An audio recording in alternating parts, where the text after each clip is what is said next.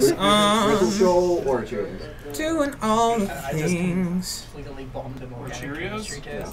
The sad part is Because I'm thinking about making an addition, so with the new set list, Fetching video streams. leaving starts with a C, contempt, or contain. It's essentially a white hurdle recall. You turn any number of permanents you want to your hand for a 2 mana.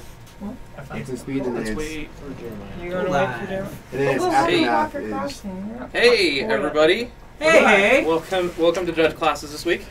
In case you don't know who I am, my name's Eric. I'm a local L2 in the area.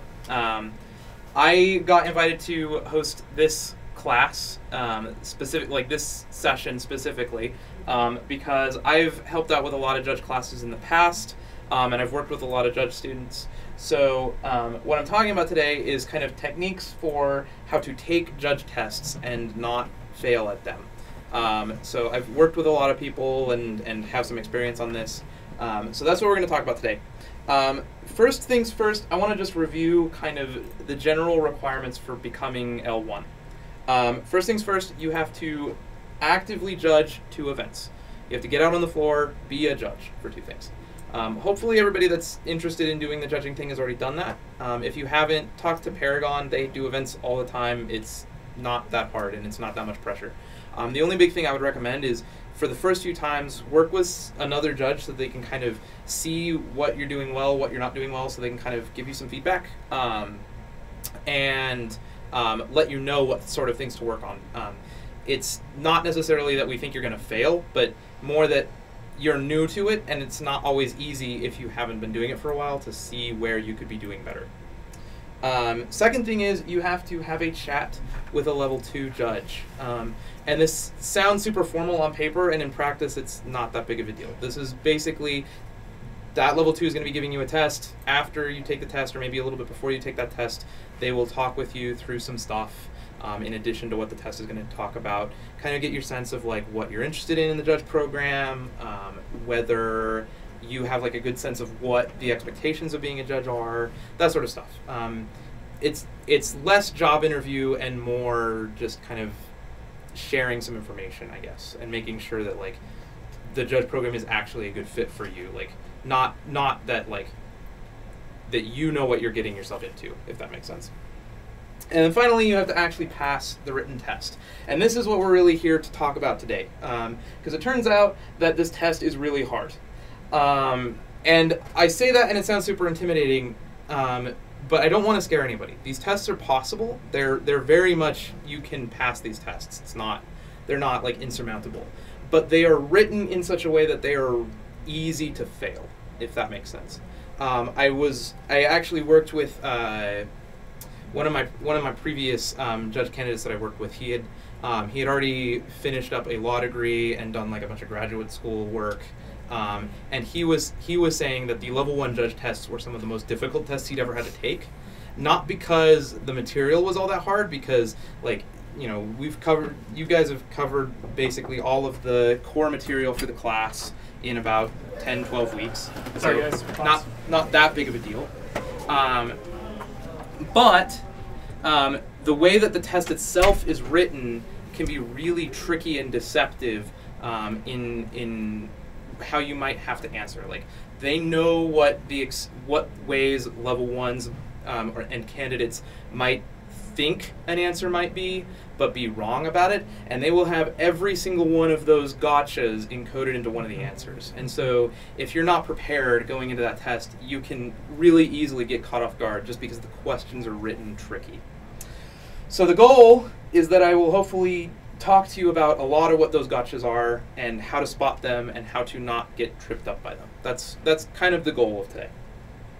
There's a big asterisk on all of this presentation though, and this will probably be really apparent to the people who've been going with the classes up to this point. The Judge Testing Center is offline. We haven't been able to access it since April, and it's coming back eventually. And when it does, hopefully it's going to be more or less the same as it always has been, but we don't know for sure if that's going to be the case. So I expect that basically the tests themselves will look really similar, but there might be some specific details like how many questions there are, or what the specific format of the questions is going to be that might differ a little bit. So I'm going to give some numbers and I'm going to give some specifics. Hopefully these will all stay the same. If they change, like I said, asterisk. For the most part, I hope that this will still be a useful conversation, though. So let's. Oh, also one other thing I wanna talk about before we get too far ahead. During this presentation, I'm going to go through some sample test questions. They're not real ones; they're ones I've invented, and they're not. The goal of this is not necessarily like give the people in the class like a chance to like be quizzed by these questions. Mostly, I'm going to use these as examples. So pay attention to not necessarily like trying to answer the question per se, but instead pay attention to like how the question is structured and what that's going to look like. So there might be cases where I'll have a question up and I'm not going to list off the cards. That's intentional. I want to focus on what the question is, not necessarily what the answer is. Okay, so let's break down what the test is going to look like, or at least should look like. It should be 25 questions. About 5 or 6 of those are going to be policy questions, and that means these are questions about not necessarily what the interaction of 2 cards is or what the correct procedure in the comprehensive rules is, but rather you're at an F&M, 2 players did something wrong, how do you fix it? That's what those policy questions are going to be. So you're going to have about 5 or 6 of those. You're going to have 2 or 3 questions that are focused on two-headed giant rules. And this is the part where I get up on my soapbox and I say, I hate two-headed giant. And I do that because two-headed giant is a terrible format, objectively. It is the worst. Nobody should ever play this format. But people do play this format, and it is always on judge tests. So whether or not you like two-headed giant, whether or not you have any intention of judging two-headed giant things, you have to know the two-headed giant rules. So you have to study these. If you don't know how to play two-headed giant, you need to go study it. It will be on the test.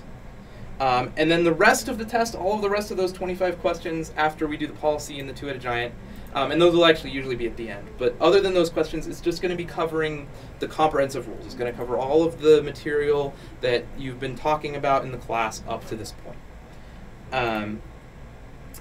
Your goal is to get to 70%. If you get 70%, you pass the test.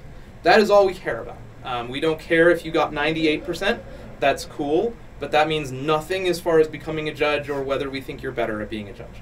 As long as you get that 70%, you are golden. And what that translates to is that you have 7 questions that you can miss. And that sounds generous when you have 25 questions total. But it's easier to screw up on these questions than you think. And there's pretty much guaranteed going to be at least 1 or 2 questions that you think you know them, and you are just absolutely 100% wrong. You were like, I am 100% certain that's the answer to that question. No problem. That is how I've always answered that at F&M, and you just absolutely are 100% incorrect. So bank on missing 2 questions because you don't know them. Bank on missing 2 questions because you weren't sure, and bank on missing 1 question because you didn't read the things properly. That pulls you down to just 2 questions of wiggle room, and that makes it feel a lot tighter. So the goal is to hopefully kind of widen up that wiggle room a little bit and make you feel a little bit more confident. But like I said, you want to be prepared for this. Don't go in thinking hitting 70 is easy. It's not. But keep in mind that there's not going to be a time limit. And that can be deceptive because at least on the testing center before, all of the practice tests did have a time limit. You would have to finish your test within like an hour or something like that. That is not the case for the actual L1 written test. You will get the test handed to you. They will say, go and take this, get me when you're done. We'll submit it and take care of it. How long you decide you need to take in between is up to you, however long you need. Be reasonable, obviously. Like, we don't want to be here all night, but if you really do need like 2 or 3 hours to get through it and feel confident, that's fine. It's not the end of the world. Also, you don't get to take any notes into this. You will have your pencil or pen or whatever. You will have the test, and you will have like a collection of otherwise blank basic land cards. You can use those. You can write on those during the test however you want to. Use them to diagram out scenarios if that's helpful to you. But you will not get anything else going into that test. In fact, usually when I am working with L1 candidates and giving them the test, I ask them to give me their phone while they're taking it just to make sure that they're not doing anything with that or taking phone calls or anything. All right. Now this is the more interesting part. Let's break down individual questions. So the first thing that is going to be a trick that you will probably not realize unless somebody tells you is that the active player is going to have their name start with A, and the non-active player will have their name start with N. Okay. This is purely a like aesthetic thing that is a nice little feature that's plugged in by the test writers to make it easier so that if you do need to know whose turn it is, you don't have to like weed through the logic of what is being said in the scenario. You can just spot which player it is that they're talking about. Also, if there's any players or people in the scenario that are not players in the game, so for example, if you have a spectator, their names will not start with A or N. I don't know if there's any specific letter that they will start with. I believe it's just you know that it will not be A or N. So here's an example. And this is one of those questions that like read along with me, but it's not going to be important that you know the answer to the question. So Nathaniel controls Courser of Crufix. Angie casts Hero's Downfall, targeting the Courser of Crufix. Nathaniel shrugs, moves the Courser of Crufix to his graveyard, and then Angie passes the turn. Nathaniel draws a card and immediately flips over the next card of his library. Stephanie points out that the card shouldn't have been revealed and calls for a judge. And Stephanie, in this case, is supposed to be a spectator. Right? So don't worry too much about how we would answer this question. The important part here is we know whose turn it is relatively easily because we know Nathaniel starts with N, so he is starting off as the non-active player at the start of our scenario. Angie starts with A, so she is our active player. She is who starts us off. And then we know Stephanie is not involved in this game because she does not start with A or N. She is a spectator. The question will also make this clear. I wrote this a little poorly that I wasn't clear who Stephanie was. But the question also makes it clear whose turn it was, right? It says Angie passes the turn, and then Nathaniel will untap, draw a card. So it's clear whose turn it is supposed to be if you're reading the scenario, but you don't have to like piece out those context clues. You can see it straight from the names to help make that clearer. But keep in mind that the questions are really precise. So it's possible that this naming trick will help you figure out whose turn it is, but you don't need that in order to figure out the answer to the question. So here's an example where I've given people fake, like, blurred out names. Player 1 controls a Thought Reflection, and Player 2 controls Notion Thief. Player 1 casts Blue Sun Zenith for x equals 3. What happens when Blue Sun Zenith resolves? And here are the cards for that scenario. That is not visible here. So Thought Reflection says if you would draw a card, instead draw 2 cards. Notion Thief says a lot of things, but the important part is if an opponent would draw a card, instead you draw a card. And Blue Sun Zenith is an instant that lets you draw X cards, and X is part of the cost. Right? So the important part in this question is that we don't know necessarily whether player 1 or player 2 is the active player. We don't know who it is that the turn is because casting Blue Sun Zenith can happen on anybody's turn. And that's important because you might slip up and think, well, I need to know active player, non-active player order so that I can decide who is ordering the Notion Thief and the Thought Reflection effects. But these are replacement effects. And so active player, non-active player order literally doesn't matter. So you can sit here and like struggle looking at that question, trying to figure out whose turn it is, or know the active player, non-active player trick and think, oh, well, I know that, you know, player 1 starts with an A, so that's the active player, so I'll just put them as first because that's what the test question says. But that's falling into a trap because the question specifically doesn't give you that information. This is kind of a technical case. You may not see this, but I got slipped up by this on a judge test, where I thought that I was going to get away with, I thought that there was going to be this active player, non-active player ordering, and I was letting myself get slipped up by those names, and it wouldn't only be me that's had that problem. So just keep that in mind. Yep, and active player, non-active player doesn't always matter, right?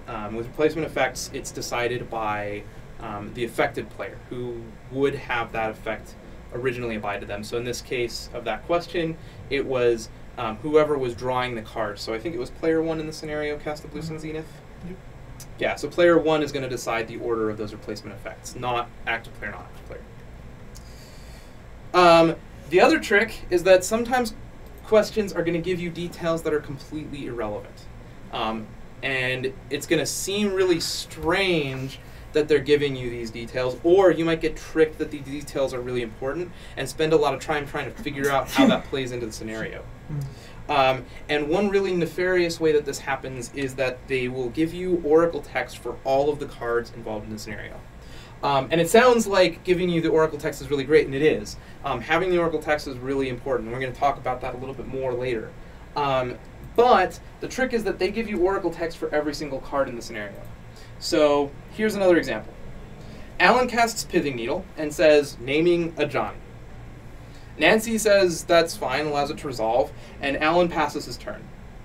Nancy, on her turn, activates a Johnny Goldmane's +1 ability, and then Alan calls for a judge. Nancy insists that because her card is not called a Johnny, it's called a Johnny Goldmane, that this should be fine. What do you do? Again, I don't want to focus too much on what we do in this scenario, but the important part here is that when you go to the test, you're going to see an oracle text box for Pithing Needle, and it's not going to show you the card. It's going to show you a little box that has the text written inside of it. So it'll say artifact, it'll have the paragraph that describes the entering the battlefield, it's going to have the paragraph that describes the activated abilities can't be activated, and it's going to have maybe the mana cost and the name. Then you're going to have another oracle box that's going to be a lot bigger because it's going to have a Johnny, and then it's going to have mana cost, planeswalker type a Johnny, and then it's going to have 3 different boxes with 3 different loyalty abilities, and they're going to be formatted, and it's going to look all super long and big, and it's going to have the starting loyalty box, right? So you're going to see like this kind of medium-sized box for Pithing Needle and this gigantic box for a Johnny, and you're going to think that you need to read through all of the text for a Johnny and understand what all of these abilities do, and literally none of that matters for the scenario, right? The only thing that matters is that we know that a Johnny's card name is not, strictly speaking, a Johnny. We know that the Pithing Needle prevents activated abilities from happening, and we know that a Johnny was trying to have an activated ability happen. That's all we care about. But you can sit here and like think that you need to read through all of those details and spin your wheels and get yourself flustered, and it doesn't matter. All you really needed to know was that those cards are there and have a general sense of what the cards do. So keep in mind also that not every object in the scenario is going to have oracle text. So for example, Andrea controls 3 1/1 white soldier tokens and a grizzly bear. She attacks with all of her creatures, and Naomi blocks the grizzly bear with her Child of Night. What is Naomi's life total after combat?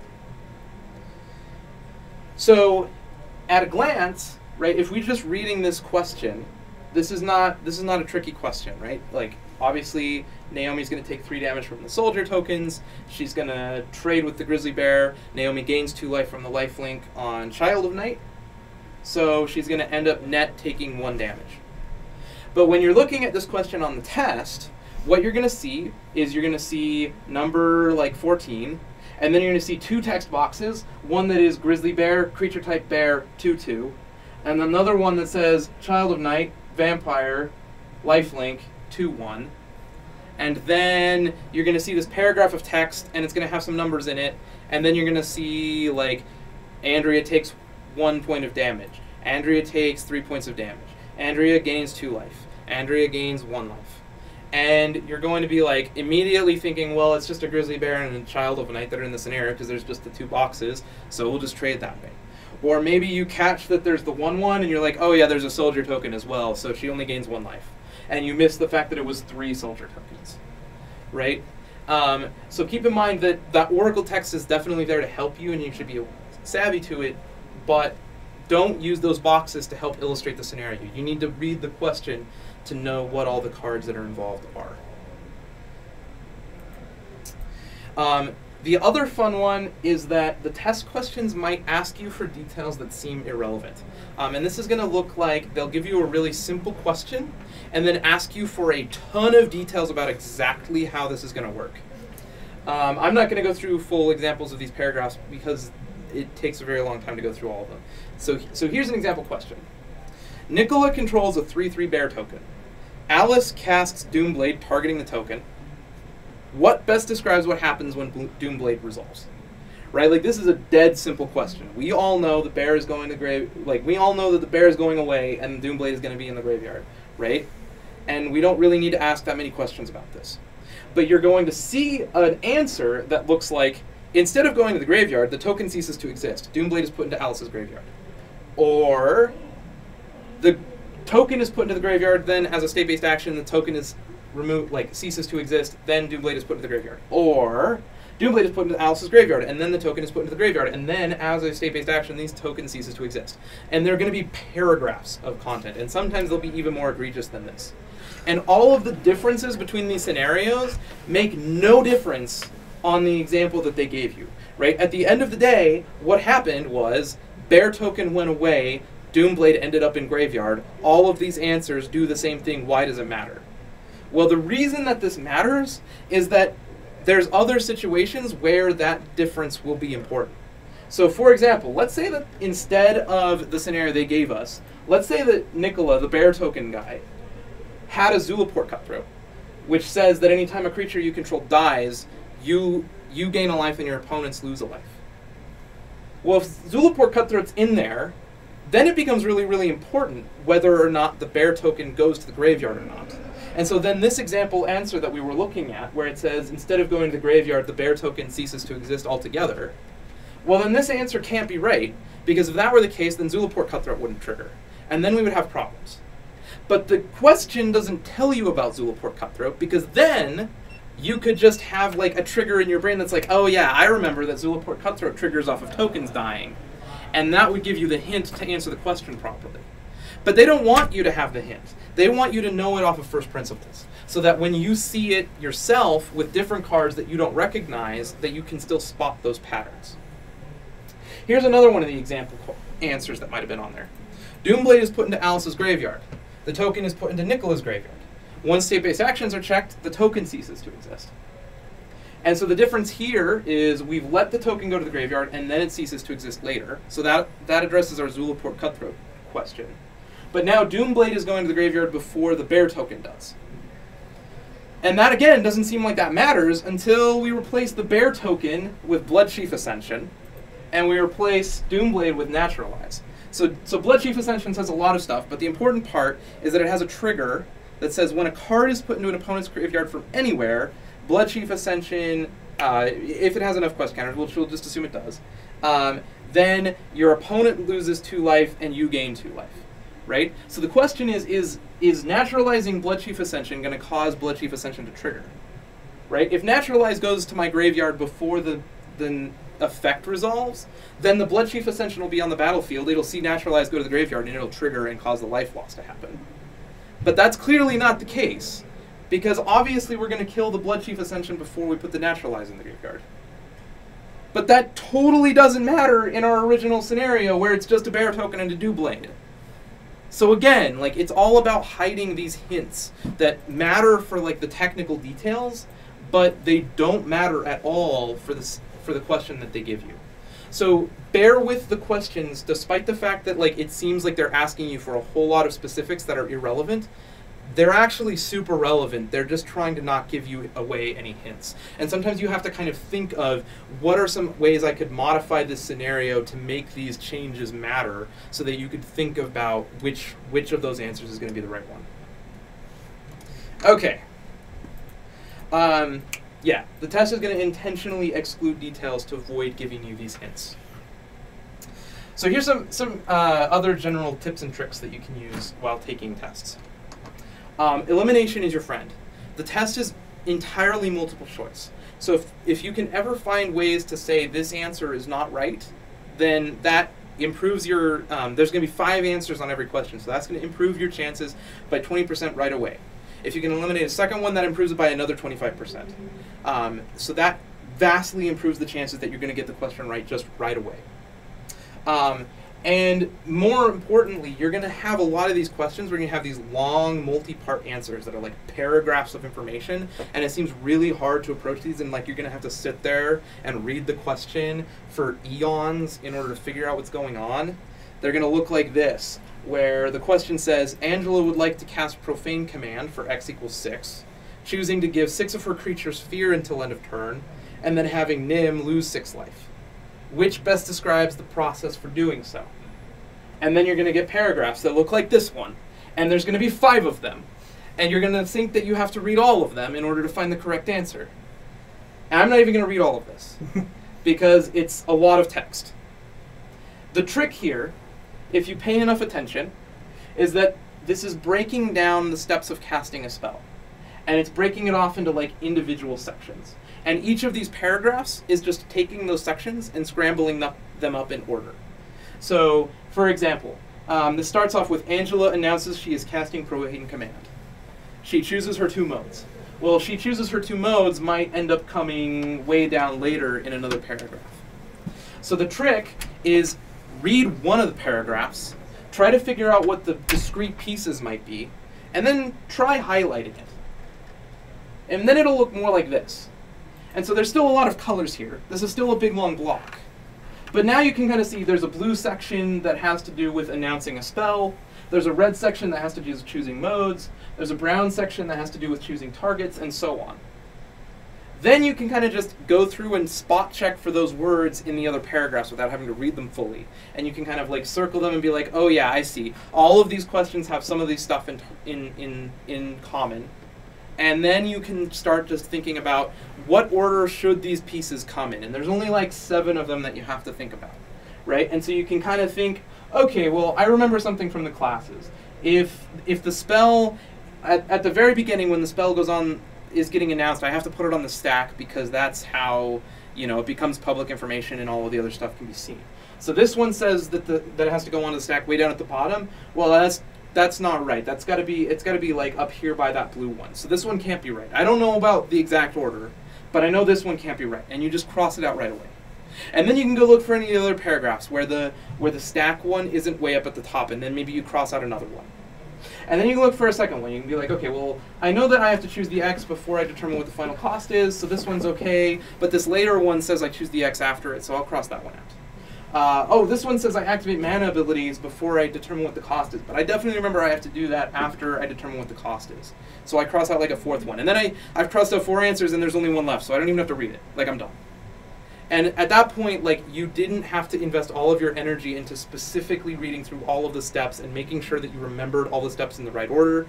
All you had to make sure was that you remembered roughly the right sequence, and you could make that an approachable test question. And of course, I assume that people aren't going to have 7 colors of highlighter markers with them when they test. Like, you can, that's fine. But you can also do things like circle them, or square off the regions, or things like that. Just something to help visualize where the blocks are, and make these paragraphs a little bit more approachable. Okay. Oh, and warning. Although all of the questions are multiple choice, some of them are going to say, pick each of the correct answers. And it gets even more nasty because sometimes none of the answers are right. The first thing to look for is that, at least the last I saw, these will get the single choice answers will get displayed as circles as the options to select, and the multiple selection ones will show up as squares. And that's because we print these off from online, and so online, the multi-select will show up as checkboxes where you could check multiple of them, and the circles will show up as radio buttons, and so you can only pick one. So if you see circles, that means that you're only going to pick one. If you see squares, you're going to pick multiple. The question will also tell you if you need to pick more than one. The second thing to keep in mind is that these multiple selection questions are usually a lot simpler. These are not going to have the multiple paragraph answers. They're going to be like, the most common one I can think of is, here's like 6 different creatures that have a different combination of keyword mechanics. Like, this one has protection from red, this one has hexproof, this one has, like, this one is a blue creature, this one has flying, and then you want to stick some equipment on it that says equipped creature gains flying. And then the question is, which of the following creatures are legal targets for the equip ability? right? And you just have to go read through what all of the 6 creatures are and pick which ones to put the equipment onto. Those are not as bad, but they do require that you read all of the cards and make sure you know what all is going on. Now, one other thing to just keep in mind about the test in general is that your instincts are a lot better than you think that they are. It's really easy to go into these test questions, read the question, be a little bit confused by it, start reading the answers, and then be like, well, that answer sounds right-ish. Or this other question also sounds right-ish. I'm down to 2 answers that sound really close, and the difference, I don't remember what the difference is, I don't remember which of these is valid, and then be nervous. And let the test kind of get into your head. But it turns out, like, if you don't have these answers given to you, if you just had to, like, give a free-form response, a lot of judges that I've worked with, a lot of candidates, are really honestly pretty good at just giving the right answer. The trick is that they let themselves get double guess themselves while they're doing example test questions. And then they'll get flustered and circle into a spiral of depression and then let the test eat them. So this is my recommendation. Try reading the question, and then before you read any of the answers, stop and think of what your answer is going to be. You might not have a super precise answer, and for some of those long paragraph ones that might not be great, but that's okay. Just think of what your answer would be, agnostic of all of the rest of the test question. Think about what that would be, and then once you're done with that, then go read the answers and see if you can find one that closest matches what you think it would be. If you can do that, you can narrow in on a lot of them. And you can spot a lot of the answers right away that, like, just sound immediately wrong because they have, like, awkward wording, or it's like, oh no, I definitely remember that this is a thing that happens with these triggers, that I know that they have to happen in this order. So this answer that mentions them happening in the opposite order, I know that one's wrong because I know in my head, like, my instincts told me that that's the answer. And then you don't get second guessed by those questions. Another one that's gonna throw you off. There's a pretty classic question that's like, tell me what all of the steps in combat are going to be, or we go through combat and there were no attackers declared, tell me what the steps of combat are going to be now, right? And they're going to have, like, lists of steps that all sound like combat steps. Sometimes it's going to be steps that, like, exclude or include the blocker step, that include or exclude the damage steps. And the particularly nefarious one is going to be, it's going to mention, I believe, the assign combat damage step or damage assignment step or something like that. Patrick is giving the correct face to this. This step is an invented step. It doesn't exist. It is a fake step, but it will be on, like, every single test. You will get a question that mentions this step, and you're going to be like, is that a step? It's all encompassing. I have to assign damage. Damage assignment has to happen, and it's in the right order.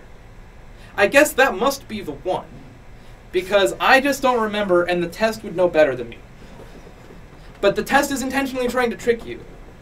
And so remember that the test is intentionally trying to deceive you into thinking that the answer that is wrong is the answer that is right. But do read the answer super carefully. So even if you have come to an answer in your head and you're really confident of it, make sure that you carefully read what the answers that are on the test are, because you might be 100% correct with your instincts, but it's really easy for you to, like, just gloss through the paragraph and miss that there was a slight detail tweak with a later answer. So, like, you are like, oh yeah, I know what's going to happen. The Zulapur Cutthroat trigger is going to go on the stack, and then it's going to resolve, and then there's going to be, like, one other thing that's going to happen. I know exactly how this is going to work. Let me go find the answer that does that one. And you're going to start with the first one, and it's going to read really closely to that answer, and you're going to circle it and be like, boom, A, go on. And then it turns out that A was, like, technically slightly off, but it read really close to the right thing because it had something in slightly wrong order. Like, it had something happen right before the Zulapur Cutthroat trigger that you know is not right, but you were reading quick, and so you missed it. And turns out that B was actually the right answer, and if you just read one step ahead, you would have caught it.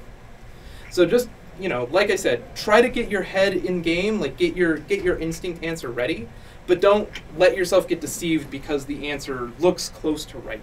Be absolutely sure about it. Also, make sure you review that Oracle text. So I told you earlier to not fixate all of this time on reading all of those Oracle texts, and I stand by that advice. But that's because you don't want to sit here getting fixated by a bunch of cards and abilities that don't matter for the scenario. It does matter that you are 100% sure about what the cards do when they do matter for the questions. And read the card is the most important piece of advice as a judge you will ever get. So read the oracle text for every important card in the scenario. Yes, even that one that you play in literally every single Commander game. I know you know what Solemn Simulacrum does, but you're wrong. It doesn't do what you think it does. It's a judge test. Read it again. It turns out, when you take your judge test, that Vorinclex doesn't actually do exactly what you think it does, and you've been playing it wrong the whole time. And when you read it on the judge test, oh, my bad, I just missed a question because I've always played that card the wrong way. Always make sure you just read the card. Just be sure of what it does if it matters. Also, try taking the test twice. So take a piece of paper before you start the test. Just take a piece of paper, number 1 to 25 down the side. Flip it over, write 1 to 25 on the other side of the piece of paper. Then complete the test on one side of the piece of paper. Just blind as you would normally. But don't fill in your official answers, just write your answers on that separate sheet of paper. Then flip over your paper, do it again. Try to do it as blind as possible. Try to forget what you remembered from the first time around. Try to just force yourself to go through those questions again. Because the goal here is to reread the questions and be sure that you haven't misread anything. Once you're finished taking it for the second time, fold over the paper and the question answers should line up more or less. Go one by one and look for all of the answers that don't match. If you have two next to each other and they match, that means you took the test twice, you answered that question twice the same way. You can be pretty confident that that's your answer. That at the very least, if that answer is wrong, you're not going to figure out that it is wrong in the future. But if you have a difference between two of them, that means you probably misread the question one time, or you were uncertain about it. Go and triple check that question and then use that triple check answer as your final submission for the test. That way you're forcing yourself to double check every answer. And remember, there's no time limit on this, right? So it doesn't matter that you're taking the test twice. It doesn't matter that that's going to slow you down. It's fine. You have breathing room to do this. Just have some patience. Let yourself explore these questions and make sure you're not just screwing it up because you misread something. And remember also, just relax. Like at the end of the day, failing the judge test doesn't matter. I've worked with a few people who've gotten really like bummed out that like they took the judge test and they got like a 40% and then they just felt like they were awful and garbage. They're not. Because almost everybody who I've ever met who failed the judge test, when I see them out on the floor, they do fine. They do great. They just failed the test. If you fail the test, that doesn't mean you're a bad judge. It just means that you didn't conquer the test. And that's okay because remember, way up at the beginning, this test is hard, and it's intentionally hard. So do not feel discouraged. Do not feel like wigged out. Do not feel like you need to pass the test.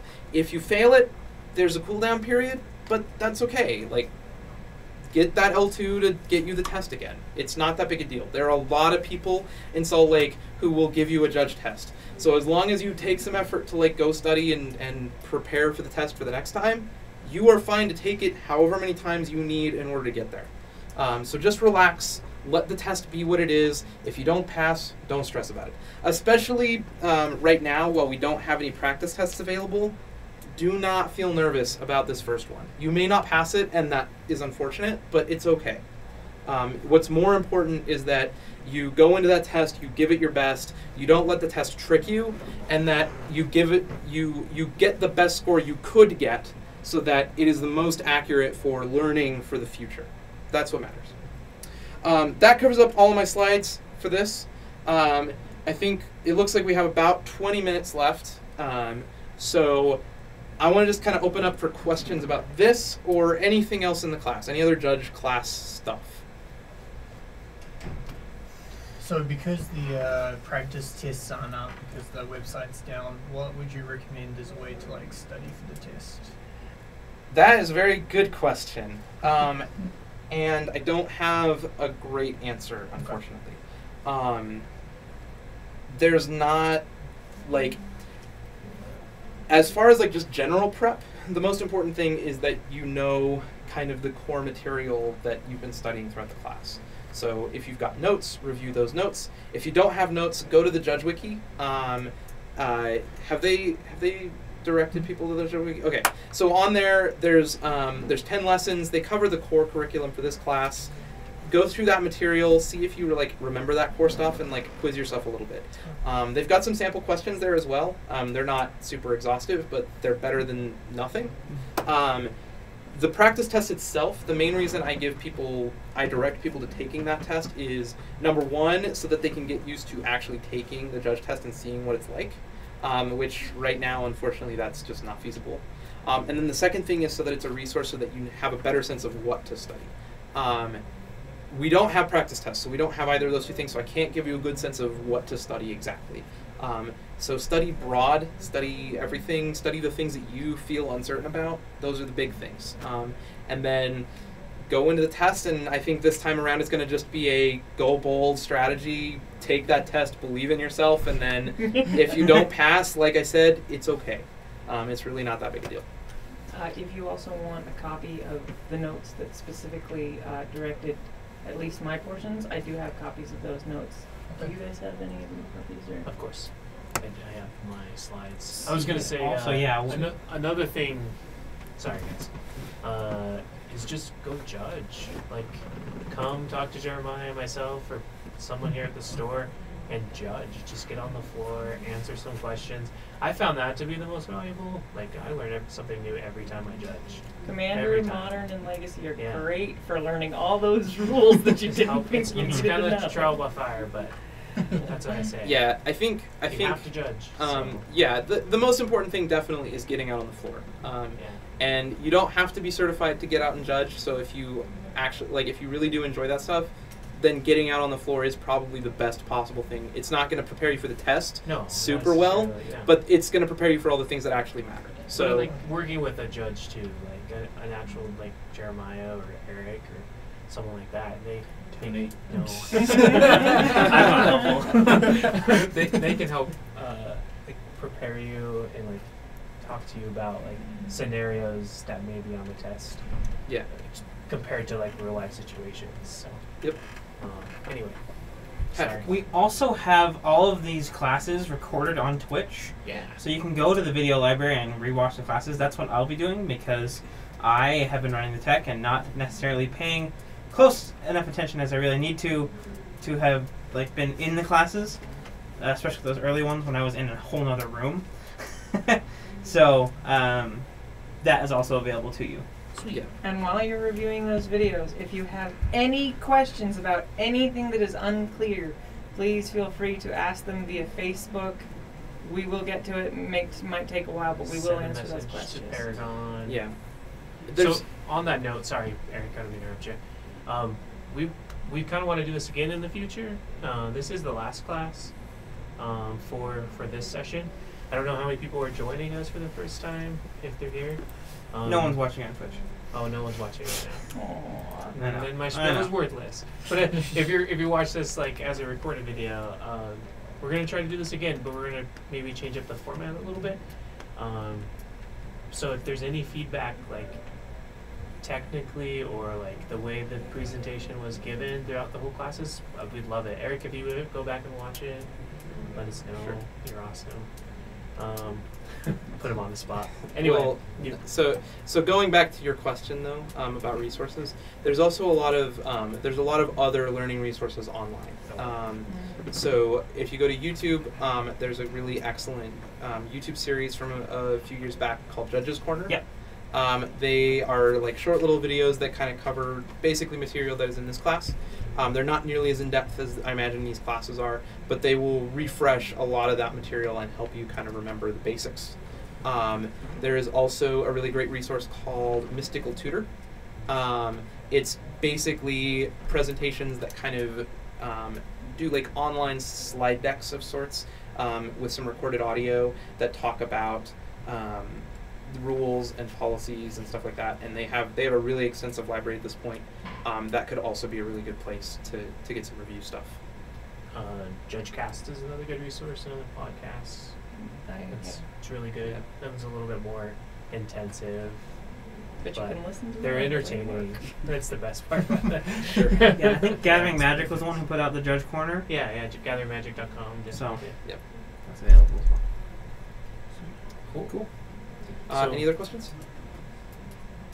Doesn't sound like it. So before we end, we want to pass it over to Patrick for one last time. What? And I also want to say thank you, Patrick, for doing everything. Specifically all the tech stuff and just showing up. You're awesome.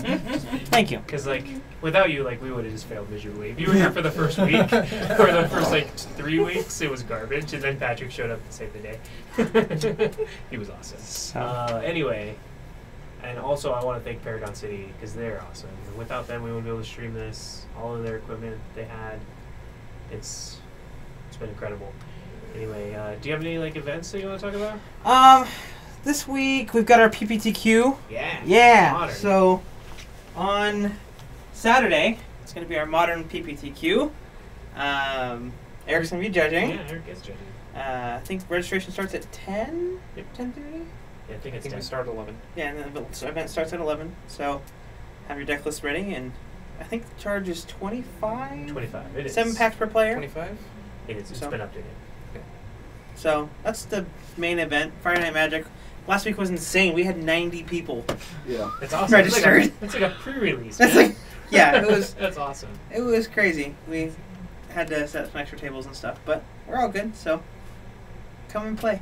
Come play Paragon City. Yeah. All right, So guys. that's all. Thank Best you. It's been a place. pleasure. Cool. Thanks everyone. Thanks, Have a great Jeremiah. evening. Thanks, Kai, for being awesome. Thank you, Eric. Thanks, Eric. Thanks, Thanks, guys. Tony. Yes. And Do you we prefer out.